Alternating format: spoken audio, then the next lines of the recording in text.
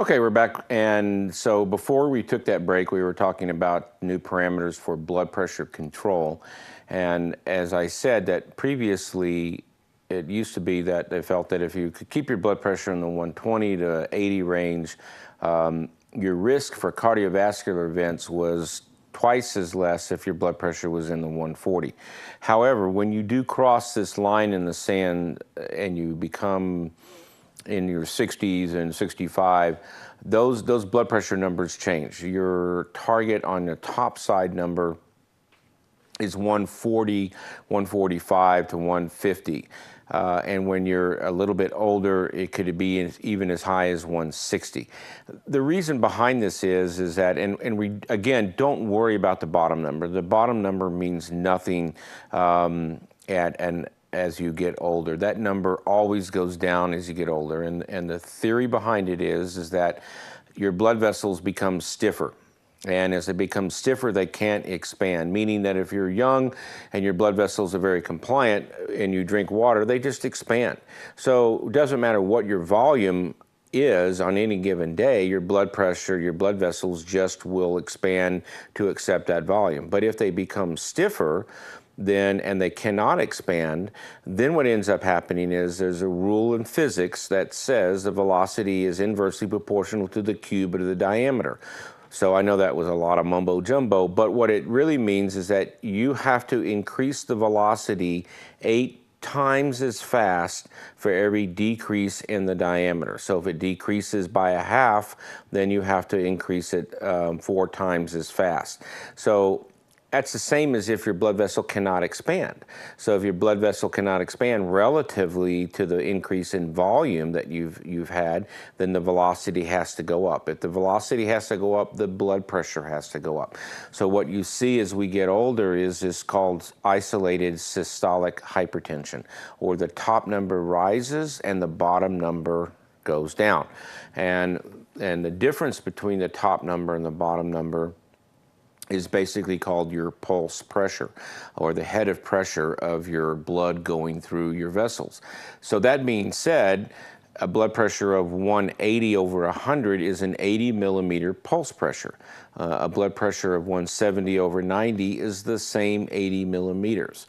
A blood pressure of 160 over 70 is basically a little bit worse. So basically what I'm trying to tell you is that the pulse pressure is the force of blood going through your blood vessels. So a good analogy would be you're standing on a beach. Do you want to get hit with a 2-foot wave, or would you rather hit by a 8-foot wave? Well, I know what I would rather do, not be picking up my shorts on the beach after rolling over an 8-foot wave. So that's the type of thing. So what we try and do is we try and bring that top blood pressure down. And depending on how well you take care of yourself when you're younger, how much atherosclerosis you have, how many other things are going on will determine what that level of blood pressure is. So back to the original question. If your blood vessels become stiffer, then you will need to maintain a good head of pressure. So that's why we want to keep that blood pressure on the top number higher, so that your risk of falling or low blood pressure is also reduced. So what that means is that when you get to 70 or you get to 65, the quality of your life is more important than the quantity of those years. You've made it past retirement, you make it past 72, you've beat the actuarials, and insurance companies, they basically, if you ever look at the payoffs on some of these things, the average person lives 7 years after the age of 65. So if you are past 72, you've beat the actuarial tables, and I guess insurance companies will correct for that at some point because we are living longer. But that being said, you don't want to end your life because you're trying to control your blood pressure in the 120s and 130s. And what I mean by that is if your blood pressure were to fall too low and your vessels are stiff, you may not get the head of pressure to feed your brain. So you're going to get lightheaded and dizzy. What if you got lightheaded and dizzy and you were to fall and break a hip? That hip fracture could be a life-ending event, meaning you could cascade into going to surgery, getting a pneumonia, getting septic, getting some other complication that was unintended. So therefore, the risk of falls and the risk of adverse events become more important than controlling your blood pressure in the 120s and 130s. The idea is if you're in your 30s and 40s and 50, yes, you do want to control your blood pressure in that tight range. You want to prevent end-stage renal disease, and you want to prevent hypertrophic cardiomyopathy, or the heart becomes thicker as a result of that. And you want to reduce your risk of stroke. And one of the things that is linked to Alzheimer's is this idea that hypertension in that 40 to 50 year range causes microvascular changes and you lose cortical brain tissue.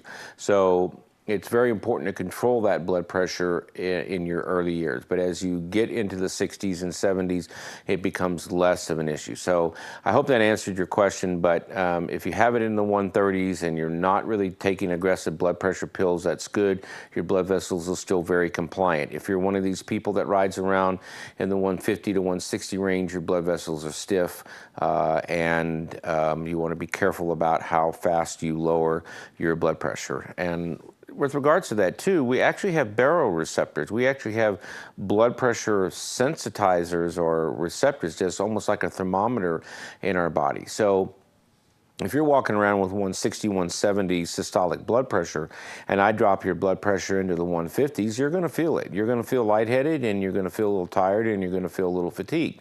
So we try and gradually reduce that blood pressure. And as another rule of thumb, it's usually one blood pressure pill for each 10 millimeters of mercury over 130. So if your blood pressure is consistently 150 and I want to bring it down to 130, I usually have to add 2 medications. If you're in the 160s, I usually have to add 3 medications.